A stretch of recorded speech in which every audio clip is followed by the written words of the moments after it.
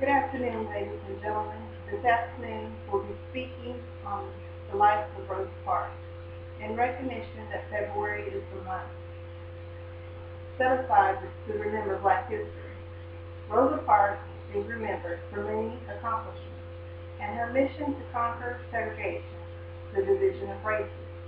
We will briefly take a glance at her life from birth to her education and affiliation up to her marking history in Montgomery bus boycott of 1955. Rosa Parks was born February 4, 1913, as Rosa McColby in Tuskegee, Alabama. At the age of 2, her parents separated. According to Biography.com, 2011, Rosa's mother moved her and her siblings to Pine Level, Alabama to live with her grandparents. There, her family became affiliated with the African Methodist Episcopal Church. At a very young age, she was exposed to much racism and suppression. Regardless of what society may have thought, she believed that blacks were direct descendants of the greatest and proudest race to ever people the earth.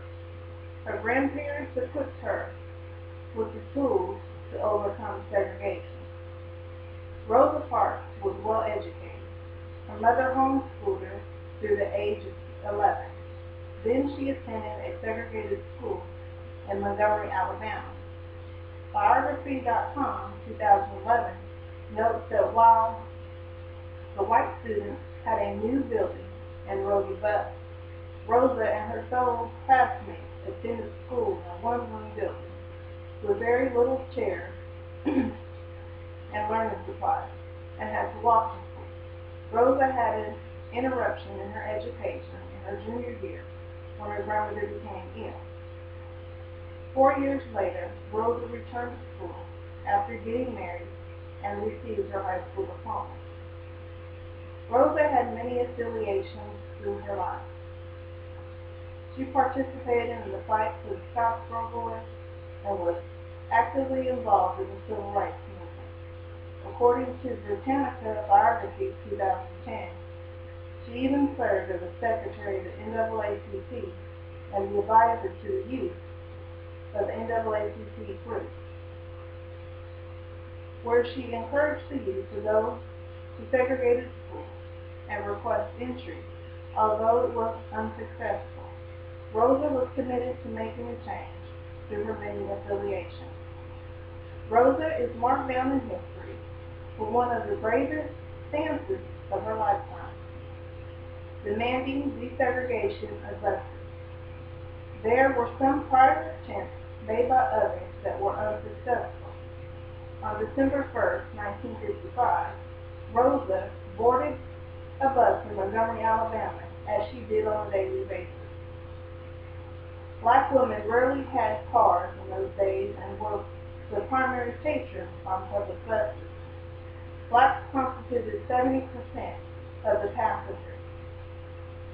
As the seats filled on the bus that day, no more seats were available upon the boarding of one white passenger.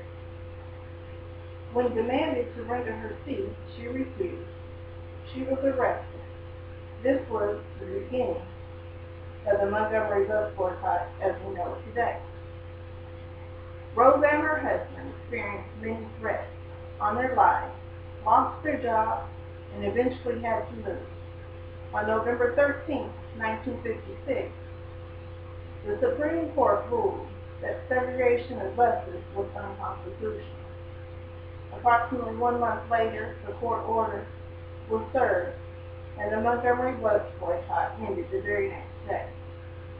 Rosa Parks' determination and commitment to the black community proved to make a difference and was just one of the many hurdles to come.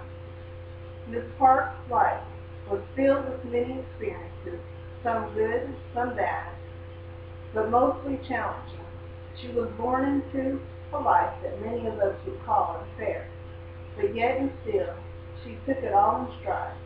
She retained an education when conditions were made impossible.